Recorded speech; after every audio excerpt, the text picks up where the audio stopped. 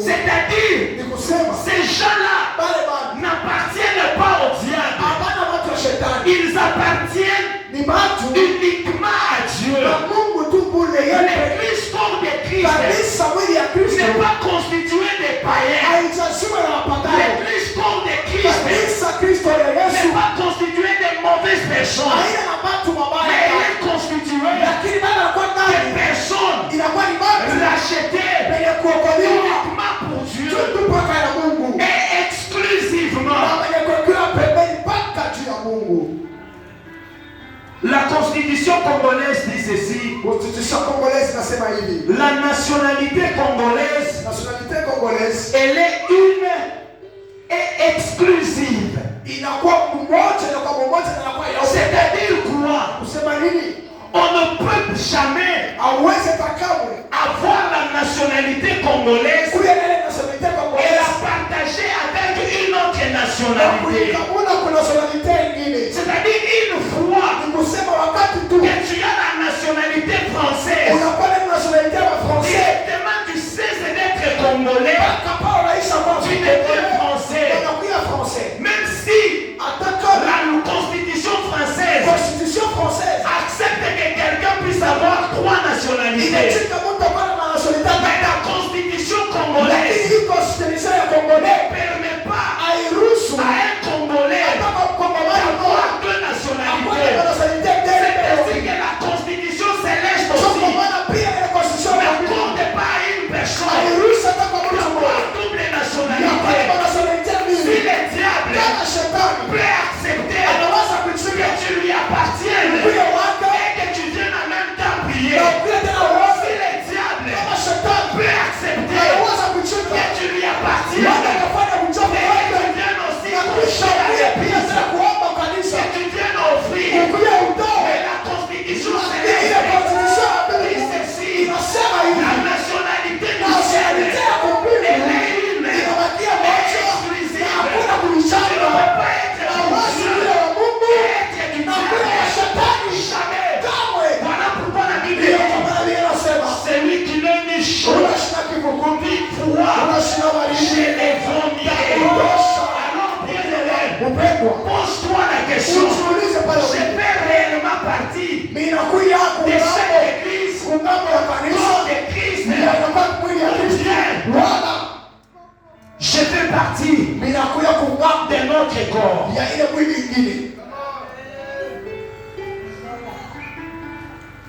Mais lorsque nous sommes dit, il est doux et agréable pour les frères de demeurer ensemble.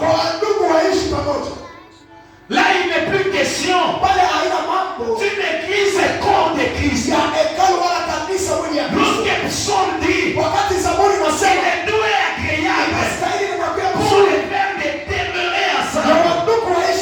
Là, c'est maintenant l'église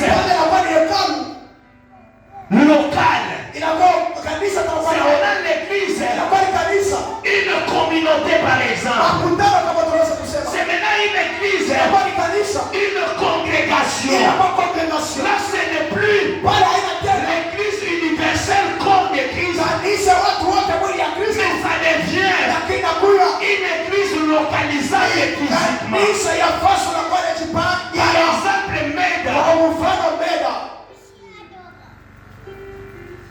Psaume dit: il est doux et agréable de demeurer ensemble. Là, ce n'est pas un problème d'unité spirituelle. Ce n'est pas un problème d'être unis spirituellement avec ceux qui sont aux États-Unis. C'est le problème de venir à ces lieux. Je te vois avec mes yeux. Je peux te toucher. Je peux te saluer.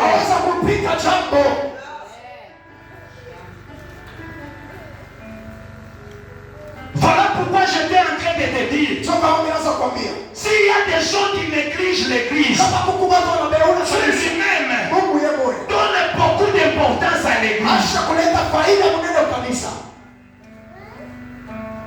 Un jour, Paul dit ceci: il dit, s'il y a un problème parmi vous, problème avec ton frère, va les voir. Tu parles avec lui. S'il ne t'écoute pas, amène une deuxième personne. S'il ne t'écoute pas, amène-les à l'église. C'est-à-dire Paul aussi savait l'importance qu'avait une église.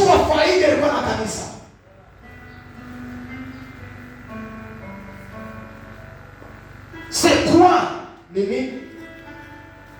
cette église? C'est une assemblée locale. Mais lorsque déjà nous lisons dans 1 Roi chapitre 8, et lorsque nous lisons dans Marc chapitre 11, dans Marc c'est Jésus qui parle.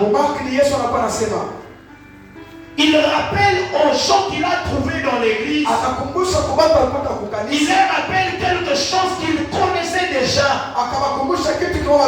Il vient, il leur dit, ma maison sera appelée une maison de prière. L'église c'est quoi?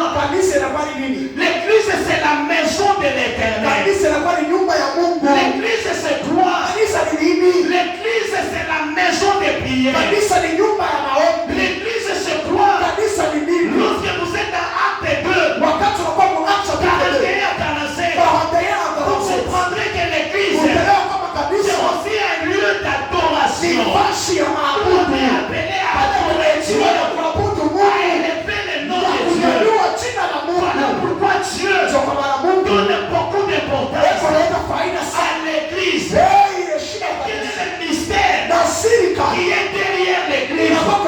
Quel est le mystère qui est dans l'église? Quel est le mystère qui s'attache à l'église? Le mystère qui s'attache à l'église, c'est que les yeux de l'Éternel sont fixés sur l'église. Un roi dit ceci, que tes yeux soient en permanence sur cette église. Écoute-moi te dire, les yeux de l'Éternel ne sont pas à l'Assemblée nationale.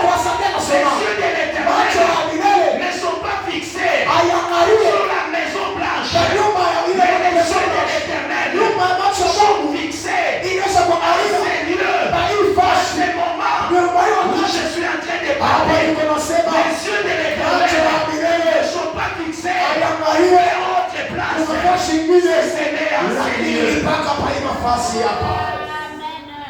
Alléluia.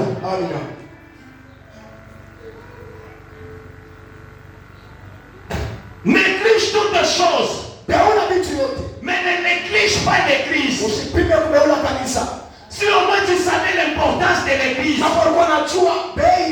tu ne ferais pas une semaine sans passer à l'église. Si tu connaissais l'importance de l'église, tu ne ferais pas un mois sans passer à l'église.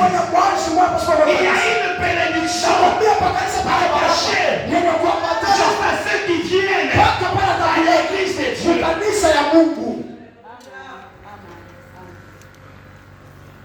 La Bible dit,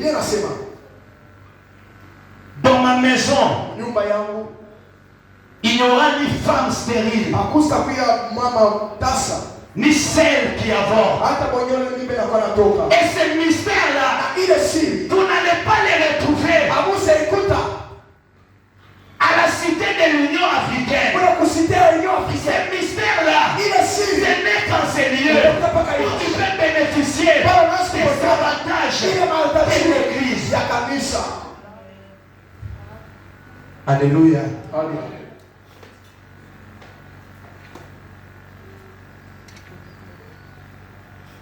Paul dit encore à Timothée que dans 1 Timothée chapitre 3 verset 15, 1 Timothée chapitre 3 verset 15, il dit afin que tu saches si je parle comment tu dois te comporter dans la maison de l'Éternel, dans la maison de Dieu, qui est une colonne et l'appui de la vérité. Lorsqu'on parle de l'église, il y a une manière de vivre dans l'église Lorsqu'on parle de l'église, il y a une façon qu'on doit vivre l'église. Cette façon d'être, cette façon de se comporter doit être différente de la manière de se comporter du monde. Si je tarde, tu dois apprendre comment tu dois te comporter dans l'église, dans la maison de l'Éternel.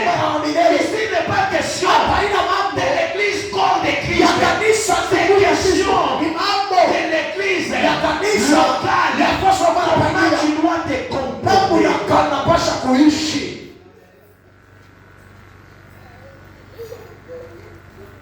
Mais quand on descend dans Marc, on comprend que c'est fort possible que l'homme puisse dévier l'œuvre de Dieu. C'est possible que l'homme puisse dévier l'œuvre de Dieu. Jésus dit, vous savez bien que ma maison sera appelée une maison de prière. Mais voyez ce que vous avez fait de cette maison. Vous avez fait de cette maison une caverne de voleurs. Vous avez fait de cette maison un abri des voleurs.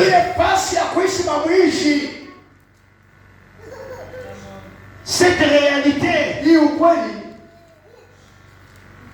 ce n'est pas seulement une réalité de la Bible, mais c'est une réalité que nous pouvons vivre aujourd'hui. Combien de gens n'ont-ils pas dévié l'église de Dieu? L'église est devenue un abri de malfaiteurs. L'église est devenue un abri de faiseurs du mal. L'église est devenue un abri de tous les féticheurs. L'église est devenue un abri de malfaiteurs. Il y a des gens qui pensent que c'est seulement en venant à l'église qu'ils se transforment en enfants de Dieu. Ils peuvent faire du n'importe quoi dehors. Ils peuvent se cacher à l'église. Ils peuvent faire du n'importe quoi dehors. Ils peuvent se cacher à l'église. Et Jésus est inquiet. Il dit à ces gens, vous avez fait de ma maison un abri des voleurs. Et pourtant cette maison devrait être une maison de prière.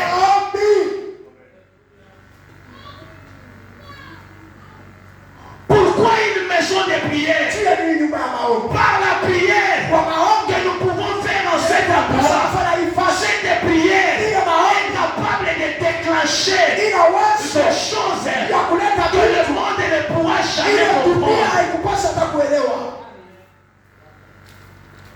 J'avais dit que Pierre, il était celui à qui on avait remis les clés.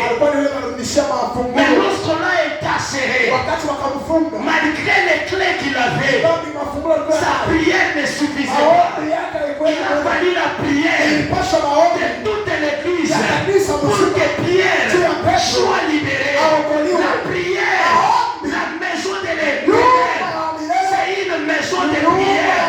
Je te l'assure, aucune prière que tu fais à Seigneur ne sera nulle et sans effet. Aucune prière au Seigneur sont des prières qui apportent toujours des bénédictions. Pourquoi? Parce que c'est lui-même qui a dit que ma maison sera appelée une maison de prière. Et lorsque nous prions, nous faisons qu'obéir à ce que lui a dit. Et la Bible dit, il a toujours été derrière sa parole pour l'accomplir.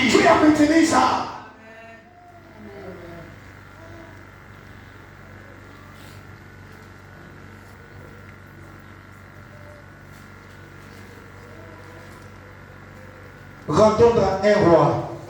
Un roi. Nous avons dit le premier mystère. C'est que les yeux de l'Éternel sont sur l'Église. Voilà pourquoi peu importe le vent et marée, Dieu a toujours le contrôle de son Église. Peu importe ce par quoi on peut passer, Dieu a son œil sur l'Église. Et il tient même son Église.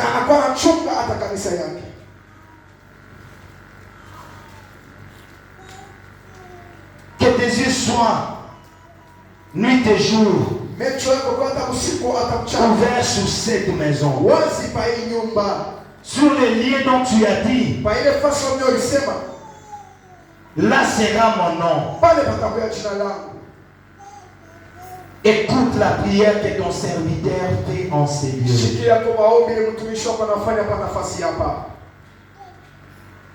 Bien-aimé, j'aimerais encourager une personne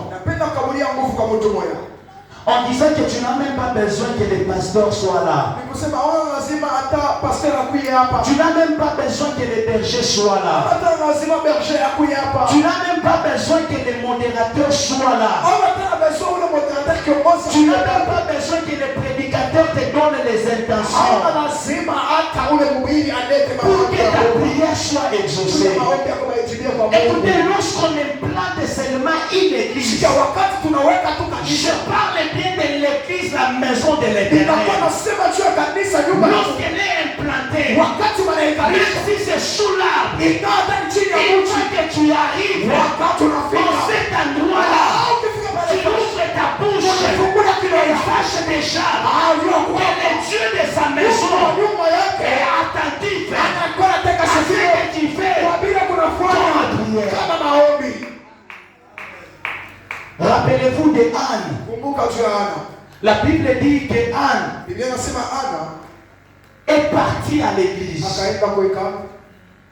Elle a commencé à prier. De telle sorte que le sacrificateur Élie, lorsqu'il vient trouver Anne, il dit à Anne, jusqu'à quand tu seras ivre, toi? Écoutez bien aimé. Lorsque tu veux que Dieu te réponde, ne cherche pas à faire des choses comme si tu voulais prouver à un homme. Donc lorsque tu veux entrer même en prière, entre en prière en sachant que Dieu est là. Peu importe les critiques, peu importe ce que les hommes peuvent dire contre toi, mais les yeux de l'Éternel. Anne est entrée seule. Elle a prié. Et Dieu l'a exaucé.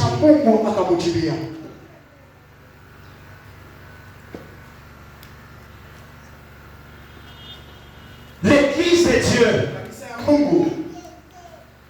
c'est elle qui sait gérer les affaires de Dieu et donner la solution aux problèmes des hommes.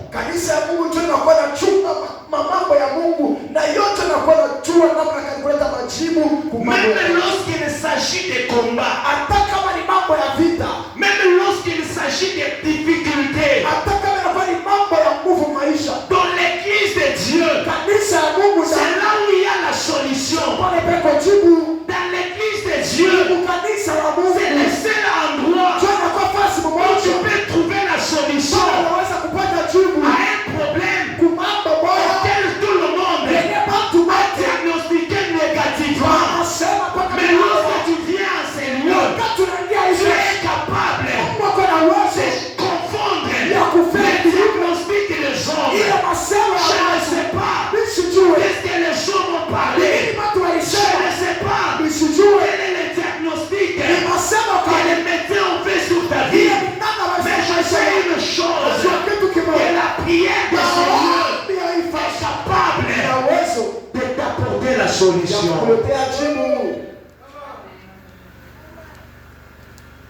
l'église? Non seulement Dieu est là, mais il y a aussi des hommes que Dieu a mis. Il y a des hommes que Dieu a placés. Et c'est ainsi que le psaume dit, c'est comme une huile précieuse qui descend sur la tête d'Aaron. Les gens se sont déjà assemblés. Mais si Aaron n'est pas là, on ne verra pas lui.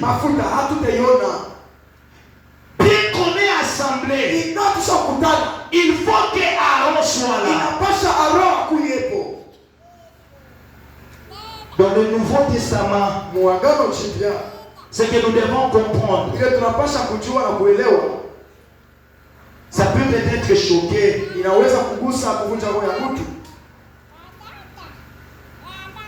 Dans l'église, lorsqu'on parle de l'église, Dieu est là, Jésus est là, comme le fondement. Mais il y a des gens que Dieu a placés comme des colonnes. Dieu est là comme fondement. Et c'est pourquoi la Bible dit ceci. Dans 2 Timothée chapitre 2 verset 9. Que néanmoins, les solides fondements de Dieu restent toujours debout. Les solides fondements de Dieu restent toujours debout. Il peut se faire qu'il y ait des gaffes dans l'église. Il peut se faire qu'il se passe des choses terribles à l'église. Il peut se faire que les colonnes tombent.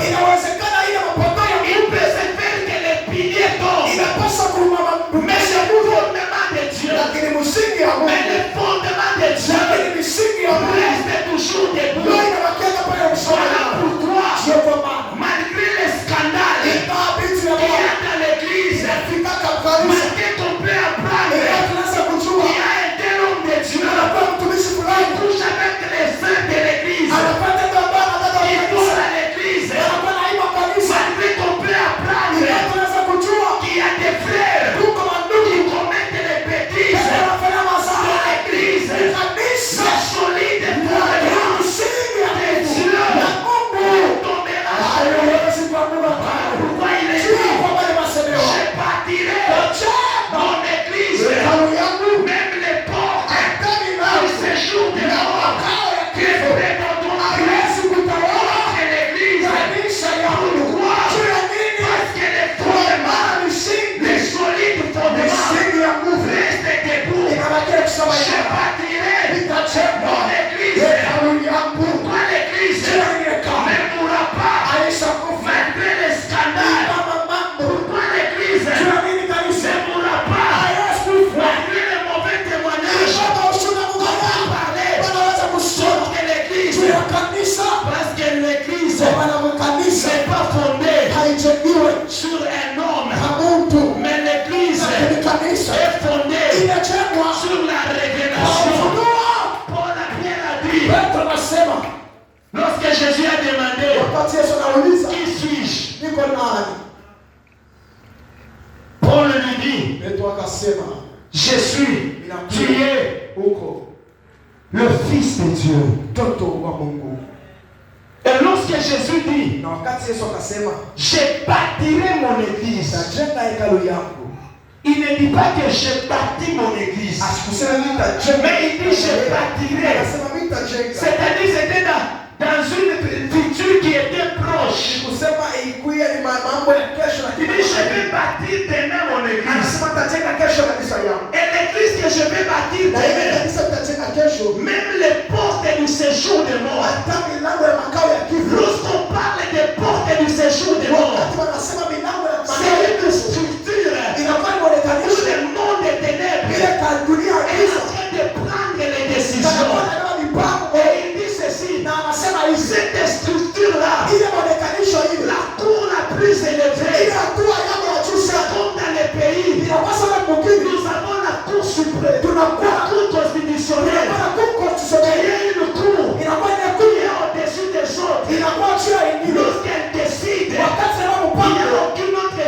juridiction peut contredire.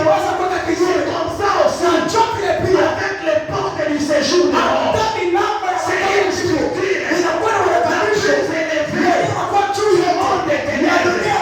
Mais Dieu dit ceci, cette structure-là sur l'église que moi je vais bâtir, cette structure n'aura pas de base.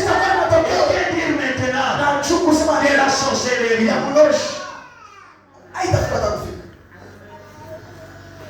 Si la cour constitutionnelle du monde des sorciers, du monde des ténèbres, ne peut rien contre l'église, que dire de la sorcellerie de sa famille? Que dire de la magie? Voilà pourquoi je déclare aucune magie, aucune sorcellerie ne pourra rien contre ta vie. Aucune magie, aucune structure du monde des ténèbres ne prétendra contre ta vie au nom de Jésus. Pourquoi il dit je bâtirai? Il dit je bâtirai parce que l'église ne devait pas être construite sur la l'homme chair. Or Jésus, lorsque Jésus est venu, il était un don pour sauver l'humanité. Mais il était aussi un don pour l'église. Et un don pour l'église. C'est là que la Bible dit il a donné pour chef suprême à l'église. C'est-à-dire roi. De l'autre côté, il y a une structure la plus élevée. Il y a une royauté dans ce monde-là. Et de l'autre côté, il a fallu qu'une autre structure puisse s'élever, sur laquelle on puisse bâtir l'église. Pourquoi il devrait bâtir? L'église ne devrait pas être bâtie sur un fils nous est donné. Mais l'église devrait être bâtie sur le Père éternel, le Prince de la paix. Lorsque Jésus est venu, il était un fils qui nous avait été donné après la mort. C'est là que Jésus devait revêtir la puissance du Père éternel. Pourquoi? Parce qu'après sa mort, rien ne pouvait encore l'arrêter. Il Moïse bâtit sur Jésus, fils de Marie, va mourir. L'église bâtit sur celui qui est sorti du sein de Marie, va mourir. L'église bâtit sur celui qui est sorti du sein de la terre, qui est sorti de la mort à la vie. Cette église ne mourra jamais. Hata unashikake balibamba mtu mama koji ndani ya kanisa. Si tu as appris comment trouver les gens qui de faire la l'église ne mourra pas. Kanisa haitakufa. L'église Nakwambia kanisa n'avait pas été battue haikujengwa sur cette personne. L'église était battue sur la personne de Jésus-Christ, le roi des rois. Voilà pourquoi même notre pasteur peut ne pas être là. Puisque cette église est de Dieu, malgré la tempête, malgré les combats, ça nous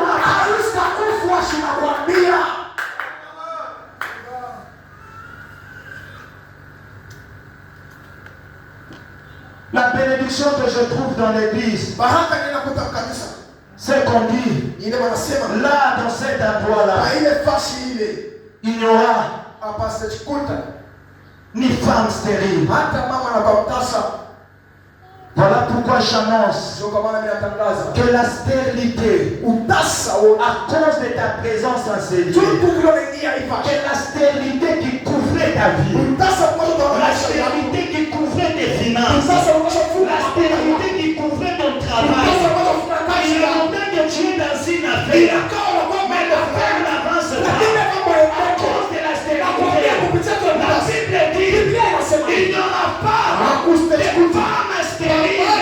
Et la stérilité commence à libérer tous les domaines de ta vie. Au nom de Jésus, au nom de Jésus, la stérilité physique, la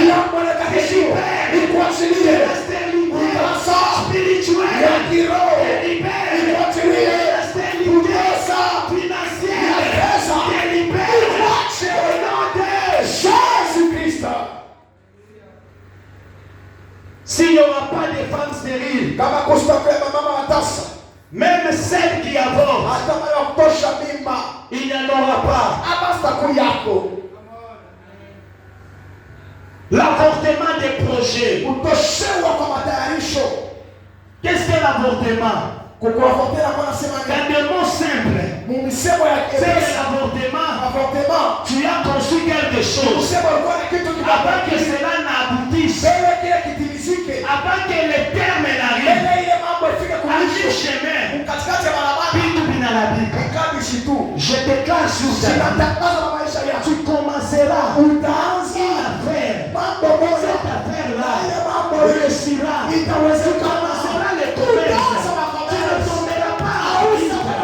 La Bible dit ceci. Dans Deutéronome, chapitre 35, verset 25. La Bible dit c'est ta vigueur dure pour 5 jours. Ta vigueur dure 5 jours. Pas seulement les jours, ça doit passer autant d'années sur la terre sans vigueur, sans force. Et toi tu te réjouiras, ça doit passer beaucoup de jours sur la terre. Et aussi, tu passeras ces jours-là en toute puissance. Même s'il y avait une loi qui vous arrêtait à un niveau, au nom du Dieu de mon Père, au nom du Dieu de mon Père, celui que mon Père t'a passé, celui qui craint le berger Emmanuel, celui qui craint maman Nicole, celui qui craint papa, oh mon Dieu, celui qui craint papa Ézéchiel, celui que je crains, je déclare au nom de ces dieux-là qu'il n'y aura pas des projets qui vont commencer avec une petite somme pour finir avec des grosses sommes. Tu vas commencer avec un contrat d'un petit montant, mais tu finiras avec un contrat d'un grand montant.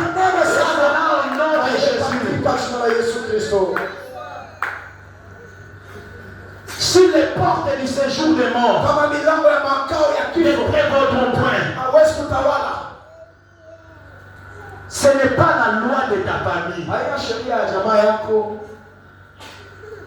Au nom de Jésus, que toute loi qui t'est bloquée,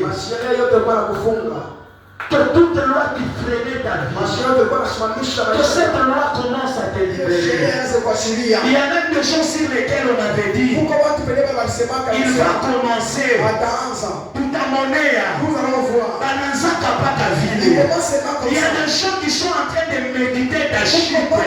Je t'annonce, toi tu ne tomberas pas. Toi tu ne tomberas pas. J'aime une chose. La Bible dit cette fois mon serviteur tombera. Cette fois je l'ai relevé. Mais si tu étais tombé, je demande à Dieu que Dieu te relève. Que Dieu te relève. Au nom de Jésus. Commencez l'ouvrant des portes. Commencez l'ouvrant des portes. Dans ton ministère. L'ouvrant des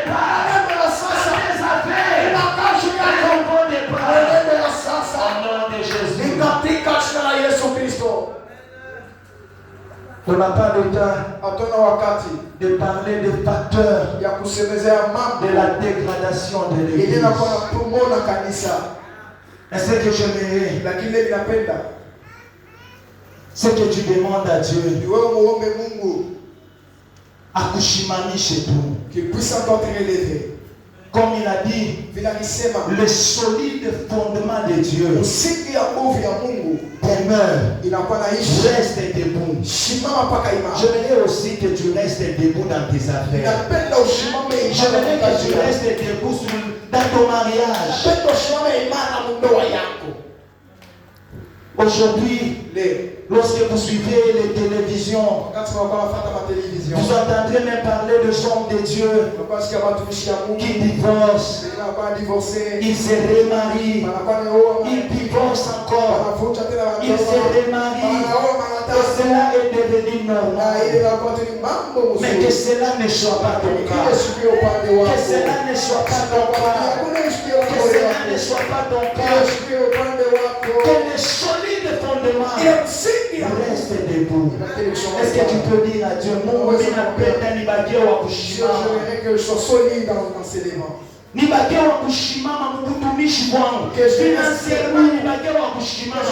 Professionnellement, là où il y a les gens qui sont très mérités de licenciement. Mais toi reste debout. Est-ce que tu peux élever ta voix?